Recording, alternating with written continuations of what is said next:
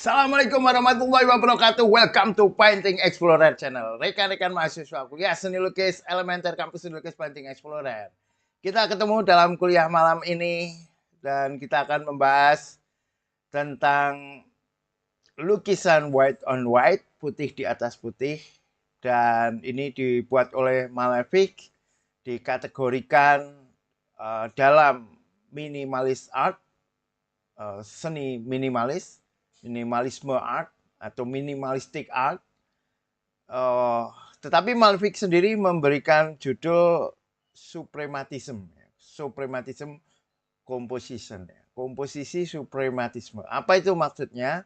Nah, kita akan melihat dan nanti teman-teman yang ingin membuat karya minimalistik atau minimalisme, nanti di kuliah seni lukis elementer ini kita akan memberikan tugas untuk itu ya, agar bisa dipilih rekan-rekan. Baik, kita presensi dulu teman-teman yang ada di kuliah seni lukis elementer dan advance. Ada Mbak Maria Noemi, ada Mas Ahmad Fauzi, Mas Badruzzaman, Mas Mul, Mbak Ikhwana, Mas Dekostita, dan Mas Jongput. Ini alhamdulillah Mas Mul sudah ada di kelas. Selamat malam Pak Denny, hadir Pak. Terima kasih Mas Mul. Juga Mas Jongput, selamat malam Pak Denny dan teman-teman. Terima kasih Mas Jongput. Kita lihat, ini adalah lukisan Kashmir Malefic. Ini orangnya ini. Ini orangnya. Ini tokoh yang sedang kita bahas, seorang seniman Rusia avant-garde, kelahiran 1879 hingga 1935. Nah, karyanya yang menjadi thumbnail itu adalah karya Suprematism Composition White on White, putih di atas putih, tahun 1918. Ini karyanya. Dan karya ini atau karya Malefic yang sejenis ya, misalnya ini Black Square ini Black Square, itu dikategorikan juga sebagai lukisan atau karya seni rupa minimalisme.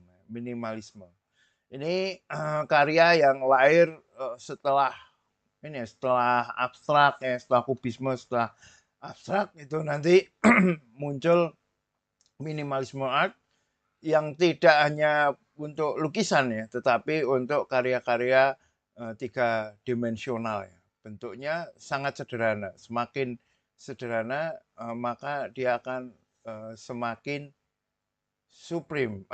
Itu kenapa kok menjadi istilahnya kok suprematisme.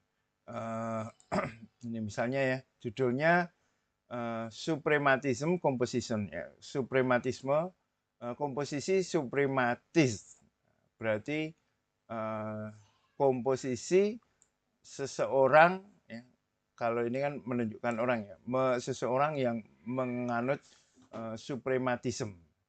Nah, mengapa begitu? Karena begini rekan-rekannya, ini tidak lepas dari filsafatnya Immanuel Kant tentang disinterested.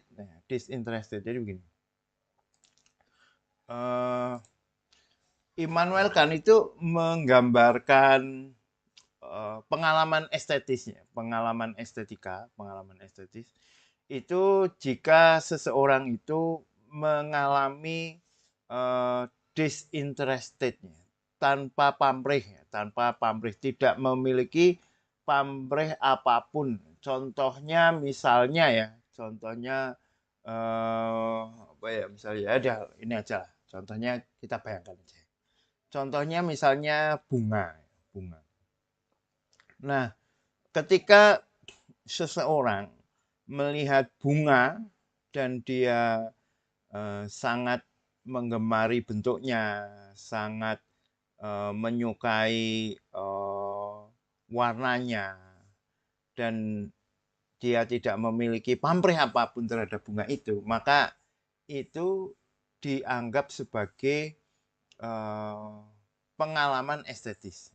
Bedanya yang interested dengan disinterested seperti apa? Bedanya yang tanpa pamrih dan dengan pamrih itu seperti apa? Kalau dengan pamrih itu dia misalnya melihat bunga, yang tanpa pamrih kan dia hanya melihat bentuknya, senang terhadap bentuk. Yang itu disebut sebagai pengalaman estetis. Nama lainnya menurut Immanuel Kant adalah pengalaman keindahan. Pengalaman keindahan. Nah, ketika dia melihat bunga, terus dia punya pikiran gini, bunga ini karena bentuknya bagus dan bisa diproduksi, maka kalau aku produksi dan dijual di wisuda misalnya, maka ini akan menguntungkan. Nah, itu sudah dengan pamrih. Nah, ketika dia melihat bunga dengan cara seperti itu sudah termasuk pengalaman dengan pamrih, dan itu bukan pengalaman keindahan. Contoh satu lagi misalnya ya, ketika ada seseorang menyenangi, nah sekarang karya seni ya, misalnya lukisan, melihat lukisannya apik banget, dia terpesona dengan lukisan itu, maka dia sedang mengalami pengalaman estetis atau pengalaman keindahan. Tetapi ketika melihat lukisan itu sambil kepikiran, wah ini tak nggo hadiah kae, maka dia akan suka gitu. Atau ketika aku jual di kolektor, wah ini akan mahal. Nah, itu sudah bukan pengalaman keindahan, bukan pengalaman estetis. Ya. Pengalaman tanpa pamrih itu ketika tidak ada pamrih apapun. Nah, ini nanti yang menginspirasi filsuf-filsuf formalisme, filsuf-filsuf formalisme. Misalnya adalah Roger Fry. Nah, dia mengatakan bahwa yang namanya karya seni atau yang membedakan karya seni dengan bukan karya seni atau inti dari karya seni, apa intinya karya seni? Kalau tidak ada itu berarti bukan karya seni. Itu yang dimaknai dengan atau yang diberi nama dengan significant form. Significant form.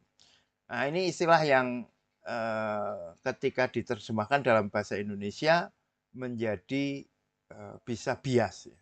Kalau teman-teman membaca buku estetika, ada buku estetika bahasa Indonesia ya, itu ada yang menerjemahkan significant form menjadi bentuk bermakna. Nah, itu bentuk bermakna itu bayangannya kita ada bentuk yang memiliki makna-makna tertentu. Bukan seperti itu ya. Significant form ya, menurut filsuf-filsuf formalisme, itu adalah bentuk yang bisa membangkitkan pengalaman estetis dalam terminologi Sigmund Freud Immanuel Kant tadi.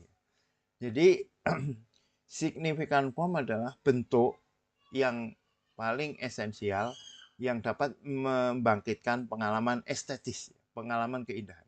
Nah, terus dicari kan tadi Immanuel Kant kan mengatakan pengalaman keindahan itu ketika dia mengalami hanya mengalami bentuknya itu sendiri ya, disinterested, tidak ada interest yang lain. Nah, bentuknya itu seperti apa? Itu dicari oleh filsuf-filsuf formalisme.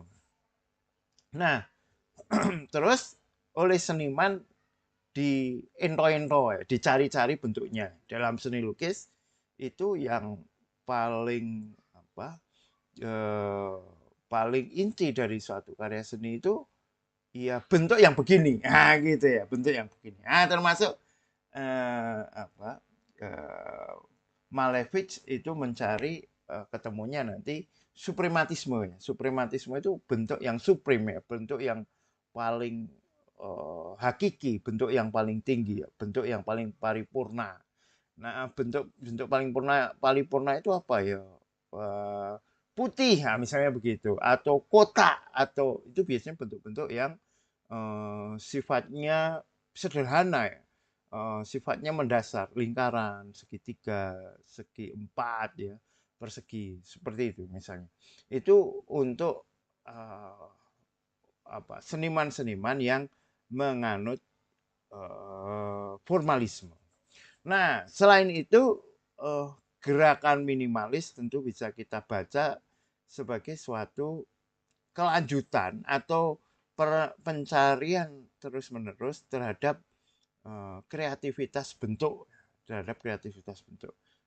seperti yang sering saya katakan ya, neoklasik, kemudian ada realisme, nanti ada impresionisme nanti ada ekspresionisme ada kubisme ada surrealisme ada dadaisme nanti ada